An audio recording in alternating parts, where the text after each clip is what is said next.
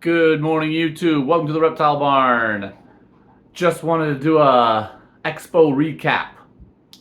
So I realize this is mostly for people who are in Alaska, but the Expo was just spectacular. Absolutely fantastic. We're so happy to have been able to bring it back to Anchorage.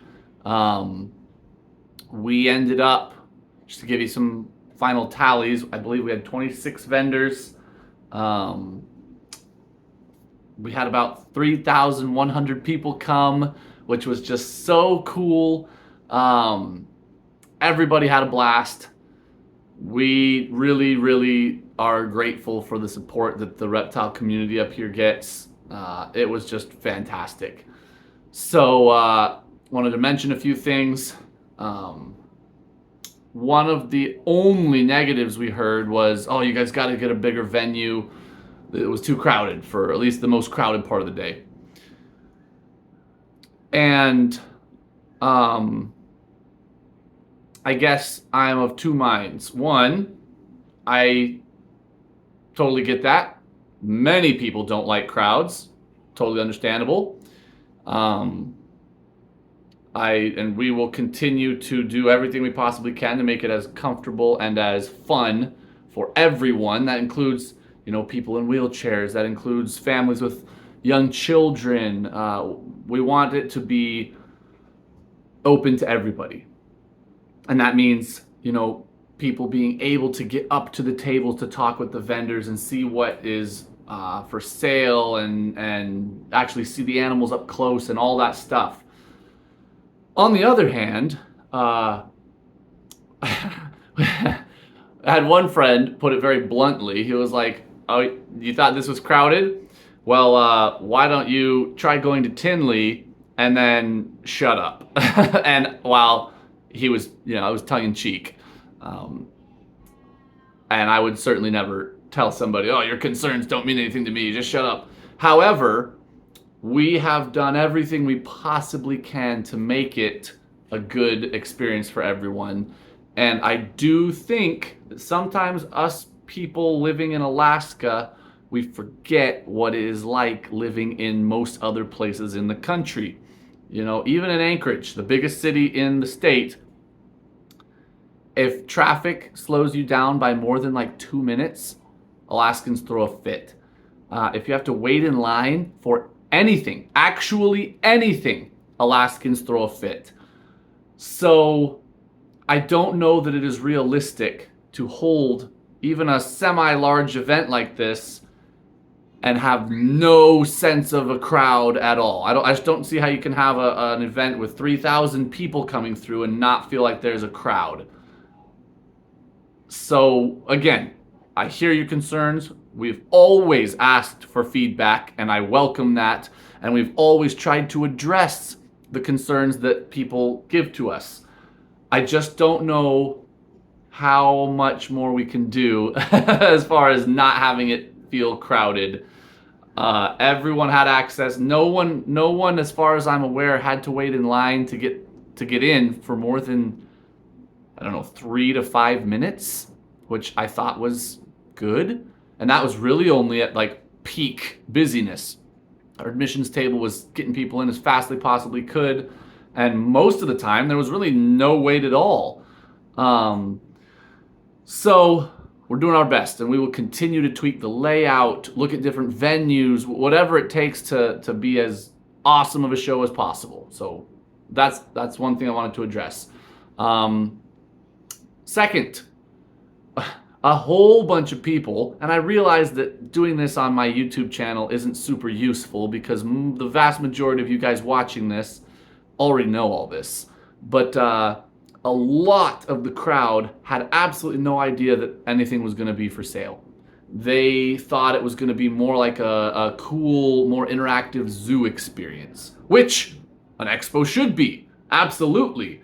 But they just didn't realize, I could have come and got food for my bearded dragon. I could have come and got an upgraded enclosure. I could have come and got a new ball python or whatever. They had no concept, many of them, that there were going to be businesses represented among our vendors, if that makes sense, that were ready and happy, more than happy to make sales.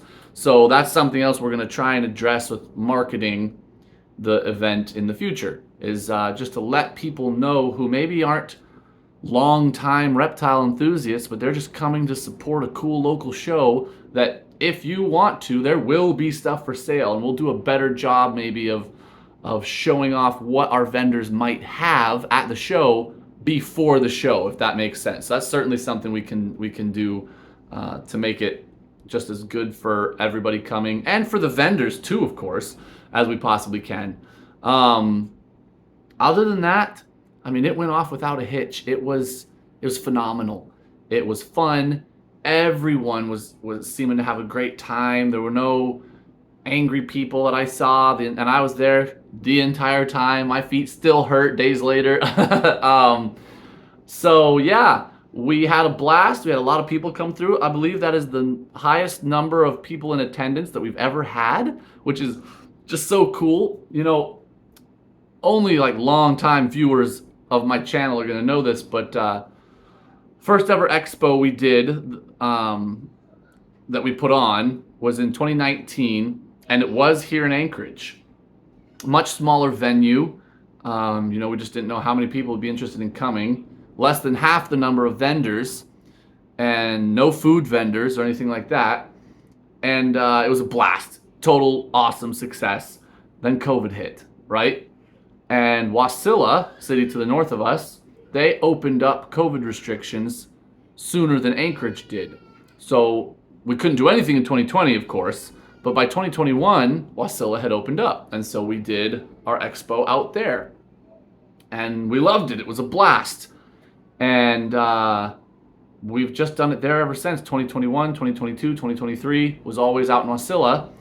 And so this was our first return to Anchorage in 5 years, and it was phenomenal. You know, I've lived in this city for much of my life, love it here, so it was really awesome to kind of do it here where I grew up. It was really fun. Now, a big concern that everybody had was, are you still going to do your Wasilla show in August? And the answer is yes, absolutely yes. In fact, I am comfortable enough with the date to tell you that, barring some catastrophe, it's going to be August 10th. That is the second Saturday in August, right where we normally aim for. You know, the Alaska State Fair happens shortly after that, and we don't want to compete with that or drag people away from that, or have people having to choose between, you know, our vendors, whatever. So August 10th, we will be returning to the Menard Center in Wasilla to hold the expo as usual. That will never go away, don't worry. We just will hopefully be able to do 2 a year now. It went really, really well. Everybody liked it. I think that our vendors liked it enough and did well enough that they will continue to support both shows, which obviously you can't have an expo without vendors. So that's really the only concern I had, was, will the vendors want to come?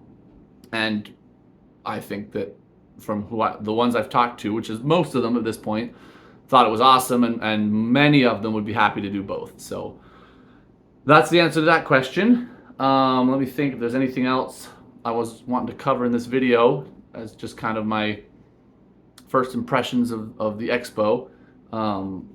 We really liked being able to have food vendors, even though it's March in Alaska. Weather isn't always great this time of year up here. And the school actually let us have the food vendors come inside, which was awesome. I know that a few people came late enough in the day that the food vendors had all sold out of food, which is great for the food vendors, not so great for the people in attendance. So we will make sure and add a couple more food vendors next time, so that anyone who comes any time of day will be able to eat if you want to. Yeah, so I would love to hear what you guys think down in the comments. Anyone who attended, or anyone who even like saw the promotion of it, we are all ears open for advice, critiques. You know, it doesn't have to be critiques, obviously. If you have good stuff to say, we'd love to hear that too. But it's always useful for us to hear other people's perspectives, things that we might not have noticed that could be improved. We want this show to continue forever until we are old people, and we just want it to get better and better and better for you guys. So other than that, I told you the date for the August Expo, and it's going to be at the Menard Center as usual in Wasilla, August 10th. Probably open from the same time as usual, 11 a.m. to 8 p.m.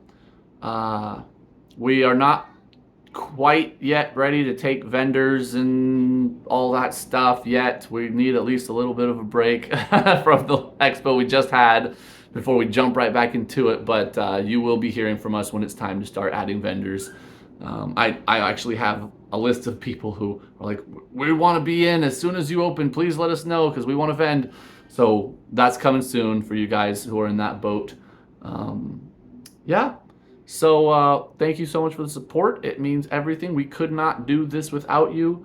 And I mean that. The vendors, people who watch this vlog, people who spread the word for us. I cannot thank you enough. Let me just jump on this one last little topic real quick. Facebook just out of the blue deleted our event. We had already paid them to advertise the event. They'd taken our money. We already had about 12,000 people mark interest in the event. It was the main way we were communicating with people, sharing news, promoting the event, and they just took it down. Because as most of you guys in this hobby know, Facebook really, I don't really like the whole victimhood thing, but Facebook hates us. They just hate us, right? And they took us down, wouldn't hear from us, wouldn't talk to us, wouldn't put it back up, wouldn't even acknowledge that we were filing, like we did everything we were supposed to, you file a claim or whatever. Liz was taking care of it, I don't know the details, but nothing, just crickets. So we relied on all of you out on the internet, word of mouth. People were putting up flyers for us. I mean, it was hardcore. It was awesome. And we ended up breaking our record for attendance despite our primary method of spreading the word getting deleted before the show. So we are so grateful that you guys went above and beyond. None of our vendors are under any sort of contractual obligation to promote the show for us. And obviously people in attendance certainly aren't, but hundreds of people were spreading the word, sharing information all over the internet, businesses, word of mouth. Again, it was just phenomenal, and it could not have possibly been even close to as successful if you guys had not done that, and I am so grateful that you did. I'm not sure what to do about the Facebook issue moving forward. Of our 5 expos, twice they have taken down our event. So I don't know what to do about that going forward. We will try and have some sort of solution before we start promoting the next one. I'm open to suggestions there as well. We don't have a massive marketing budget or anything like that, but we will do our best. So anyways, thank you guys. I really, really appreciate you. By the way, if anyone's ever curious watching these things, this is a pastel orange dream desert ghost ball python. Sometimes I watch vlogs and someone's holding something and I'm like, I want to know what that is. That's what that is, okay? All right. Thank you guys so much for watching. Until next time, we are the Reptile Barn.